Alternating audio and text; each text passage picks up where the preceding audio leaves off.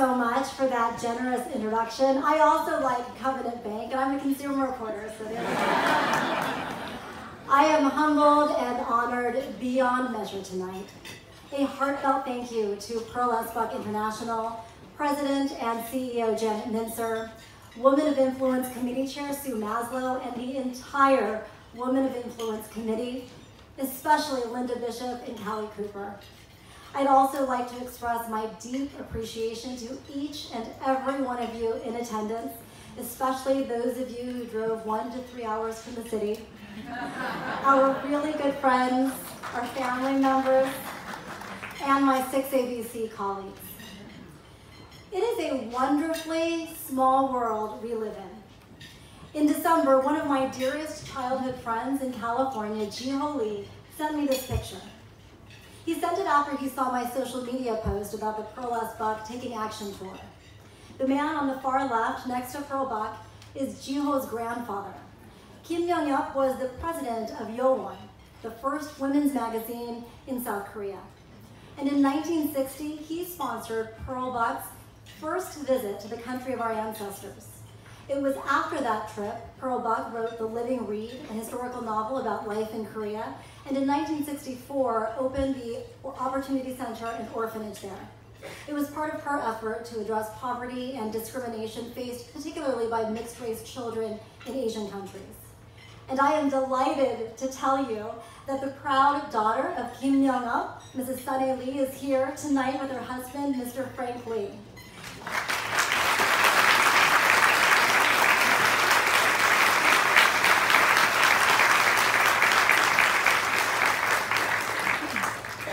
They are my second parents, sitting next to my third parents, my mother-in-law and Uncle Jim, who live right here in Percy. Thank you so much for being here from Percy, and to Mr. and Mrs. Lee for flying in all the way from Florida tonight.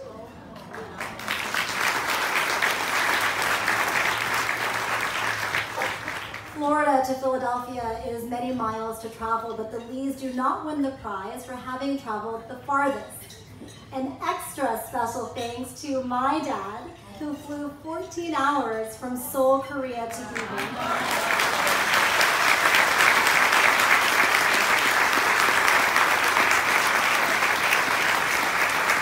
It means the world to me, Daddy, and everything I am, good and bad, you are responsible for. I am a direct result of your and Mom's love and support and encouragement, so thank you.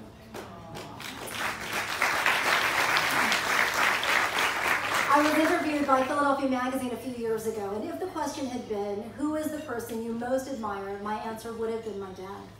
But the question was, who is the most historical person you admire? And my answer for that was Pearl Buck, but perhaps not for the reasons you might think. Pearl Buck is most famous for being a beautiful writer. She won a Pulitzer Prize for The Good Earth, and she was the first woman to win the Nobel Prize for Literature. But to me, what is even more impressive about Pearl Buck was how she used her writing and leveraged the celebrity that came with it to make an incredible impact as a humanitarian and as an activist. And to really appreciate her work in those roles, you have to understand her upbringing. Pearl Buck was the child of missionaries. She was born in America, but grew up in China and considered China her own country. It was the only one she knew. But China labeled her a foreigner. She was the target of prejudice, persecution, and violence because of her blonde hair, blue eyes, and white skin. But Pearl Buck was made to feel even more like an outsider when she moved to America after high school. She writes about her painful early college days, quote, "Girls came in groups to stare at me." No matter where Pearl Buck found herself, she was labeled as other. And even though she took great pride in her extraordinary and unusual background, she felt alienated and alone. I liken a label maker to a gun. One fires words, the other fires bullets, but depending on how we use them, they are equally divisive, damaging, and destructive. Pearl Buck's story of being labeled as other, despite her conviction of self, resonates with me. Growing up, I had the only Asian face in my mostly white neighborhood in a small town in California. I was labeled chink and Oriental girl by some, and I was asked countless times where you're from. The message being, you are an outsider, not from here. But I mostly ignored those incidents and wore my Korean American label with pride. My parents taught me by their words and by their actions that in order to fully embrace my true, whole American self, I had to honor and understand my Korean roots. So I did that and more. I treasured and shared the gifts being Korean gave me. As a child, I loved bringing my friends over and showing them the red peppers my grandmother was drying in our backyard. I loved daring them to eat kimchi, and I loved exposing them to the Korean language we spoke at home. But at the same time, I also wanted to fit in with my friends with blue eyes and blonde hair, especially as I got older. So I did all kinds of things to try to make that happen. For instance, in high school, I wore the most American uniform I could access at the time, the uniform of a varsity cheerleader. But no matter how hard I cheered, I didn't even feel like I belonged in my own squad. So I was excited to leave my small town and head to a big university with a diverse student body and a pretty large Asian American community. But in college, I was labeled an outsider again, this time by my fellow Korean Americans. They labeled me a Twinkie and a banana, yellow on the outside, but white on the inside. Apparently, spending my childhood trying to fit in with white America had an unintended consequence. After college, I started my career in broadcast news. My first job took me to another small, mostly white town, this time in Idaho, where I also got stuck with more labels, often Connie Chung, and again, the token Asian and forever foreigner. Once I was covering a nasty accident scene, and a probably well-intentioned couple came up to me and said, "Honey, are you lost? Do you speak English?"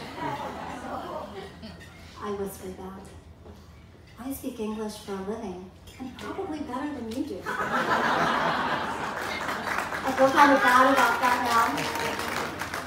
I have similar stories from my reporting days in Oklahoma City and in Houston. I've now been an action news reporter and anchor here in the Delaware Valley for more than 15 years.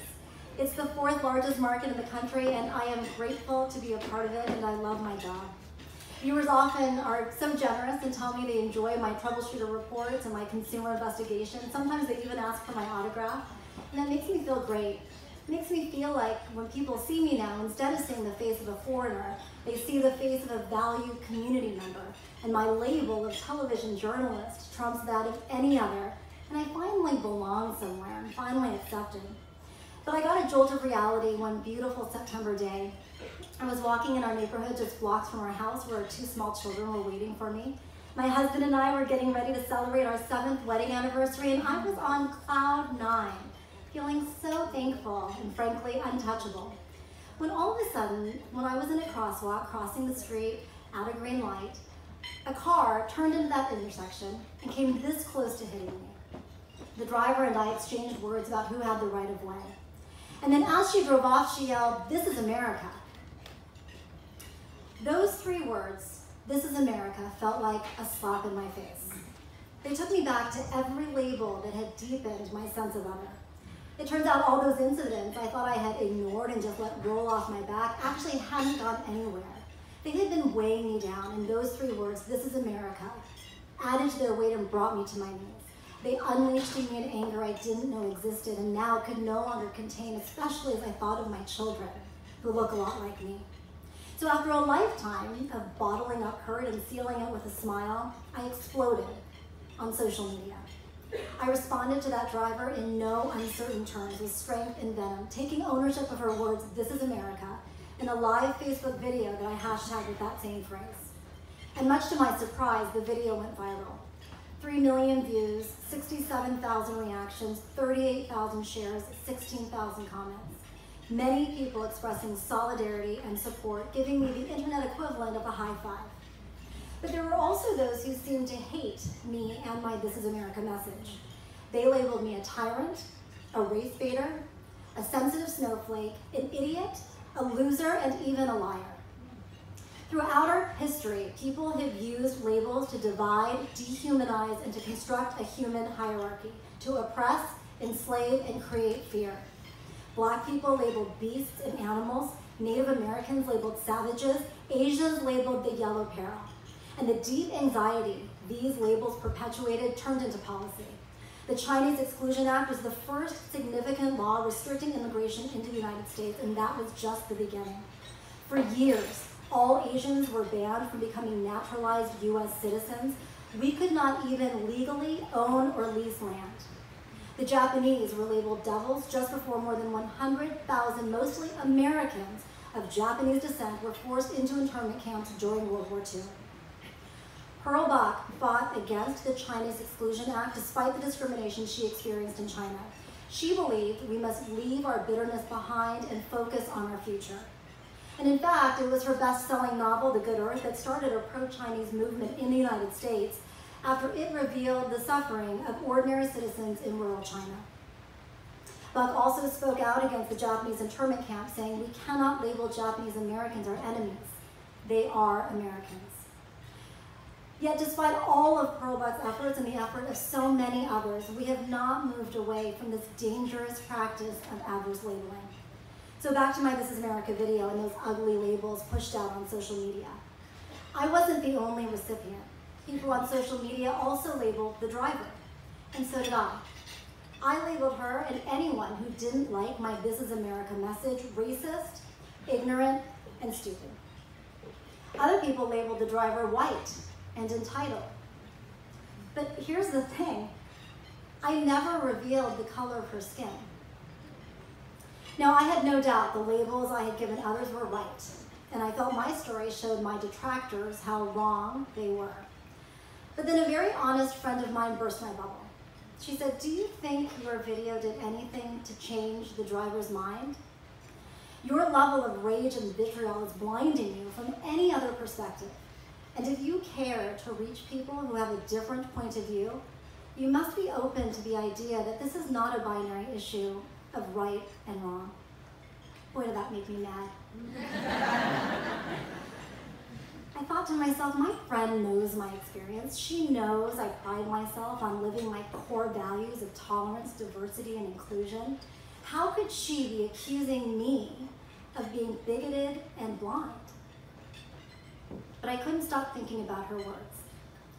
So I decided to investigate the possibility that maybe my friend was onto something. So I sought out my critics, who came in all colors and backgrounds just like my supporters. I wanted to have a real conversation with them. I invited a truly diverse group of people to step out of social media and come to the table to talk and to listen. And I committed to being open to being surprised. One critic on Facebook was a man named Wayne. I really wanted to talk to him, but I couldn't get him to sit down and meet with me. But you know me. I know how to find things. I'm an investigative journalist. So I found his address and showed up at his house one afternoon unannounced. You should have seen his face when he opened the door and saw me standing there. But instead of slamming the door, as many might have done, Wayne invited me in. And after spending time with Wayne and his family, I was surprised. I had labeled Wayne as unlike me, but we have a lot in common. We're both working parents with upside-down schedules. We have children the same ages. We both like basketball. Both of us are willing to be vulnerable. And most importantly, we both want to do better. Wayne, who is white, told me he had commented on my This Is America video out of knee-jerk anger and fear. He said he had been feeling a growing anti-white sentiment in our country, and our us versus them mentality had put him on the defensive. During our face-to-face conversation, Wayne also revealed he had been on his own journey of reflection and revelation. I wasn't expecting that, but I was even more shocked to learn that the catalyst to his journey had been my phone call and my Facebook video. Wayne told me after I reached out to him, he went back and watched my video again, and this time in its entirety. And he didn't like the reflection he saw in his computer screen. He said my video inspired him to step away from the keyboard, stop fueling the fire on Facebook, and do something he had never done before. He reached out of his all-white bubble in a number of ways, including joining an old friend's all-black fantasy football league. Wayne says getting to know the men in that league changed his life. He now participates in one of their regular podcasts about Black issues and counts many of them as friends, part of his inner circle. My conversations with Wayne and others have profoundly changed me. I see when we label carelessly and quickly, we kill conversations before they can even begin. But the possibilities for connection are limitless when we pause and consider what else might be true. Pearl Buck said, "I learned early to understand that there is no such condition in human affairs as absolute truth. There is only truth as people see it, and it even, in fact, may be kaleidoscopic in the variety." So these are the labels I choose for myself today. Woman, American, Asian American, Korean American, daughter of immigrants, friend, wife, and mom, journalist, storyteller, truth seeker, and optimist. And as I look at my labels, I find myself thinking about the driver who sparked this entire investigation. I see now, we share a lot of labels too. At the minimum, woman and friend, perhaps wife and mom, and I'm pretty sure American. Now let me be clear, I don't regret responding to that driver, and in fact, I do now regret all the years I spent being quiet. So I will continue to address and engage those I do not understand, and I encourage you to do the same. But what would happen if we all proactively choose a new kind of response? What if we approach each other with curiosity and the courage to listen, taking the initiative and reaching out to understand other people's stories? Pearl Buck made it her mission to do exactly that. She listened and learned from her African American friends and used their stories to fight against racism and social injustice. She wrote about life in China, Korea, and India to connect the East to the West and to help Americans empathize with people on the other side of the world, to open our eyes to our shared struggles and values.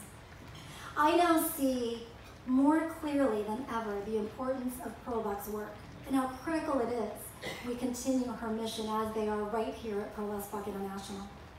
Imagine if we all moved in to understand people who seem different, not just because of race, but because of socioeconomic background, religion, or political party, or anything else that makes us other.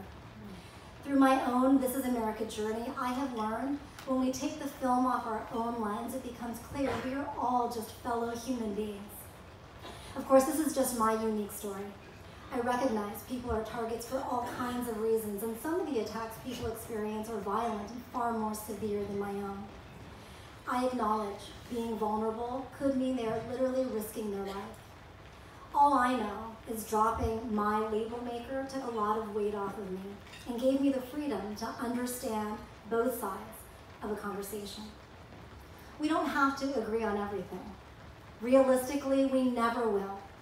But just because we disagree about one thing doesn't mean we have to disagree about everything. And when we build trust and empathy, we discover the ways we are alike and open up a space to dialogue about our differences.